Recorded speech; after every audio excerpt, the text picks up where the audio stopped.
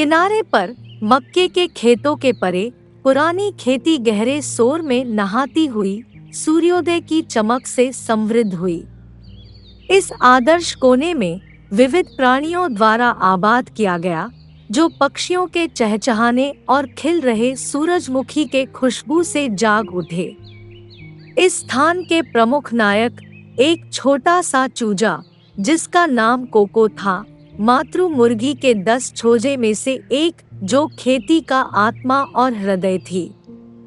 उस दिन सूरज की किरणें मातृ मुर्गी के पंखों पर खेल रही थी, जैसे किसी संगीत यंत्र पर, जब वह छोटे छोटे दाने छुगाने के तरीके सिखा रही थी। अचानक चालाक लोमड़ी खेत की शांति के लिए एक निरंतर खतरा, बाड़ में एक अनदेखी छिद्र से छुपकर आई। उसकी आंखों में उत्कंठा की किरणें चमक रही थी।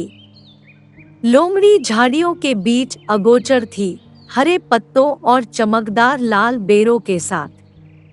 वह सांस रोककर खड़ी हुई, मातृ मुर्गी का मुंह फेरने का इंतजार करते हुए, और एक निर्णायक कूद के साथ उसने उसे अपने पंजों में पकड़ लिया। माता, कोको ने चिढ़ाते हुए कहा, भय के साथ उसकी आंखें फैलाई।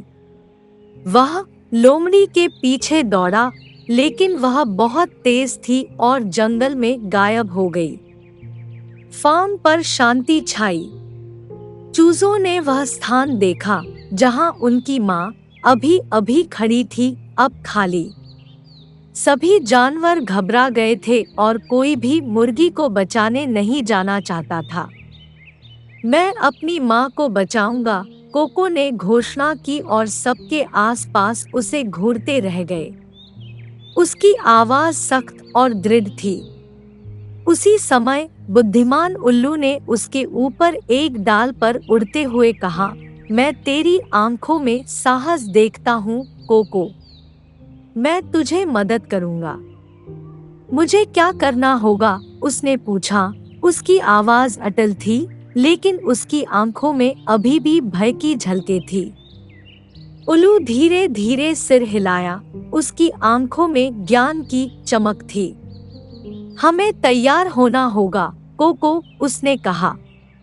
तुम्हें जासूस की तरह तेज, चतुर और छलांग मारने वाला बनना होगा। शाम की रोशनी धीरे धीरे पुराने फार्म को आलोकित कर रही थी। छोटा सा चूजा कोको उत्साह और समर्पण के साथ उल्लू के पास गया। उसके चेहरे पर जासूसी के सबकों के लिए तैयार होने का उत्साह था। अनुभवी उल्लू ने उसे अदृश्यता और आवाज के परिवर्तन के रहस्यों को खोल दिया।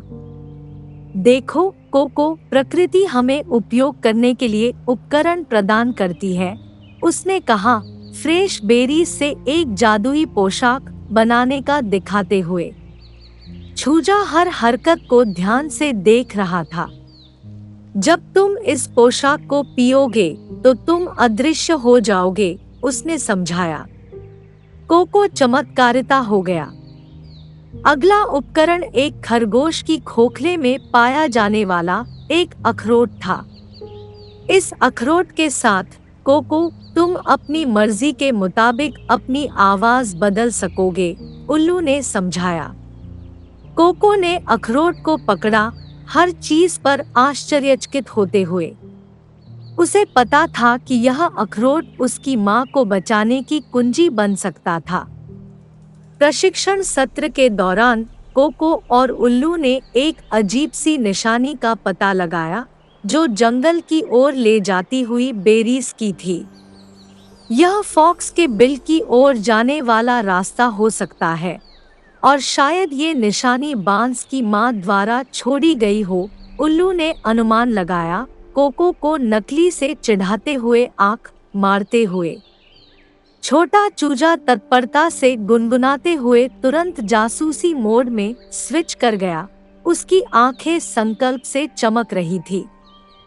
रुको, मुझे तैयार होना होगा, कोको ने कहा, विश्वास के साथ कि वह इस निशानी का पालन करना चाहिए।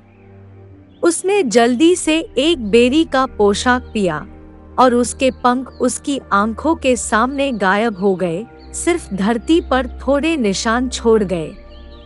फिर उसने एक अखरोट पकड़ा, जरूरत पड़ने पर इसका उपयोग करने के लिए तैयार। कोको कार्य पर समर्पित होते हुए बेरी की निशानी में गायब हो गया, अपने हीरोइक साहसिक यात्रा की शुरुआत की, जबकि उसके होठों पर अदृश्य मुस्कान खिल रही थी। रात आई और दराजों में दरियापन घिर गया, जैसे छोटे से छूजे ने चुपचाप बेरी की निशानी पर रेंगते गए। अदृश्य लेकिन निर्धारित, कोको ने आगे के मार्ग पर ध्यान केंद्रित किया। यह तो बिल्कुल एक महान कहानी की तरह है, वह खुद से कह रहा था, अपने उत्साह से दौड़ रहे दिल को शांत करने की कोशिश करते हुए। अचानक पत्तों की एक शांत सरसराहट ने उसे ठहरा दिया। उसके सामने एक भेड़िया खड़ा था, बेरी की निशानी को गंभीरता से देख रहा।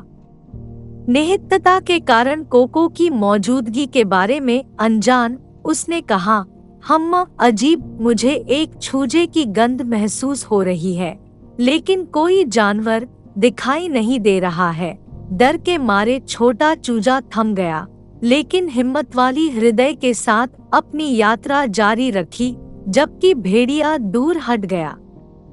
हालांकि कोको के पास भाग्य छोड़ दिया गया जब उसने एक अलगाववादी बीवर को खुद को ध्यान से देखते हुए टकरा दिया। एक ही क्षण में कोको खुद को एक जाल में फंसा पाया। बीवर मुस्कान करता हुआ बोला, हाय हाय, यहाँ हमारे पास कौन है? जासूस छोजा। कोको भय से कांप गया, लेकिन इसका प्रदर्शन नहीं किया। मुझे बचना होगा, उसने सोचा, महसूस करते हुए कि आत्मविश्वास उसे भर रहा है। जबकि बीवर अपनी पकड़ का आनंद उठाने के लिए मुड़ गया, कोको ने एक योजना का विचार किया। उसने उल्लू द्वारा उल्लिखित वह अखरोट के बारे में सोचा जिससे उसकी आवाज बदल सकती थी।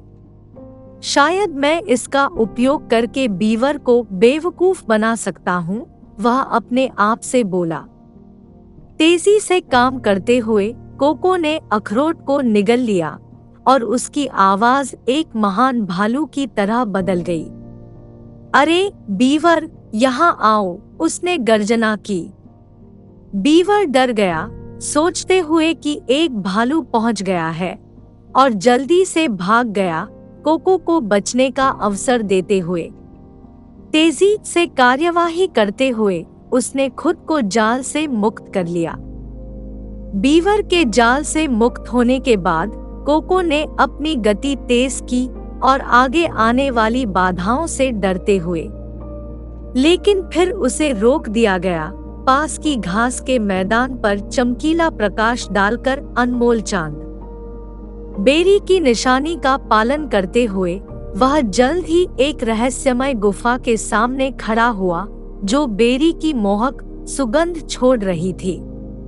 मुझे लगता है यह फॉक्स का स्थान है, वह अपने आप से सुस्त सुस्त बोला, एक गहरी सांस लेते हुए और खुद को प्रतिपक्षी के सामने तैयार करते हुए। हालांकि अगला क्या करना है अज्ञात था। उल्लू की सलाह घंटी की ध्वनि की तरह उसके मन में गूंज रही थी। याद रखो कोको, साहस तुम्हारा सबसे बड़ा हथियार है। उन शब्दों को अपने दिल में रखते हुए कोको ने अपना साहस इकट्ठा किया और गुफा में प्रवेश किया। उसकी हैरानी थी, वहां कोई नहीं था। इसके बजाय उसने कई आधी भरी बेरीज की टोकरियों को पाया। कोको विचरण कर रहा था। फॉक्स ने इतनी सारी बेरीज क्यों चुराई, उसने सोचा, रहस्यमय गुफा की जांच करते हुए। उसने संकेतों की खोज करनी शुरू की, लेकिन उसके प्रयास व्यर्थ थे। और जब वह आशा छोड़ने के लिए तैयार था, कुछ असामान्य उसकी ध्यान आकर्षित कर गया। गुफे के कोने में एक छोटा सा संदूकची था। कोको ने सतर्कता से उसके पास जाकर उसे खोला और अंदर एक पुरानी किताब मिली। उसकी कवर पर जंगल के रहस्य लिखा था। उसने पन्ने पलटते हुए देखा और उसे जो कुछ देखा उससे आश्चर्यचकित हो गया। ऐसा लगा कि फॉक्स ने बेरीज का उपयोग एक जादुई पोशाक बनाने के लिए किया था, जिससे फार्म पर सभी जानवर उसके आदेशों का पालन करते। अचानक कोको ने दूरी में एक पेड़ को देखा जो फॉक्स की असली वासस्थान था। फॉक्स का बिल मोटे देवदार के पेड़ में छेदित था, भयानक लग रहा था।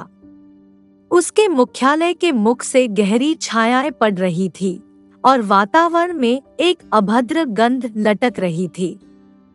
जितनी ताकत वह इकट्ठा कर सका, कोको ने अंदर जाने का साहस किया। फॉक्स ने छोजे को देखा और पूछा, तुम यहाँ क्यों आए हो? लेकिन तुम समझ नहीं रहे हो, कोको, फॉक्स फुसफुसाते हुए बोली, तुम्हारी माँ पहले से ही मेरे पोशाक के प्रभाव में है। लेकिन जैसे ही कोको ने पीछे से एक आवाज सुनी, उसने मुड़कर देखा और अपनी माँ मुर्गी को देखा, जिसने उसे चांदी जैसी आंखों से घूर रही थी। उसका दिल और भी तेजी से धड़क रहा था। कोको ने उल्लू की पोशाक को याद किया, उसे निकाला और अपनी माँ मुर्गी पर स्प्रे किया। पोशाक का प्रभाव तुरंत हो गया और मुर्गी की आंखें स्पष्ट हो गई, अब फॉक्स के नियंत्रण में नहीं। कोको को देखते ही वह खुशी और राहत से उसकी ओर दौड़ी। भीड़ी वातावरण को देखकर उड़ चली।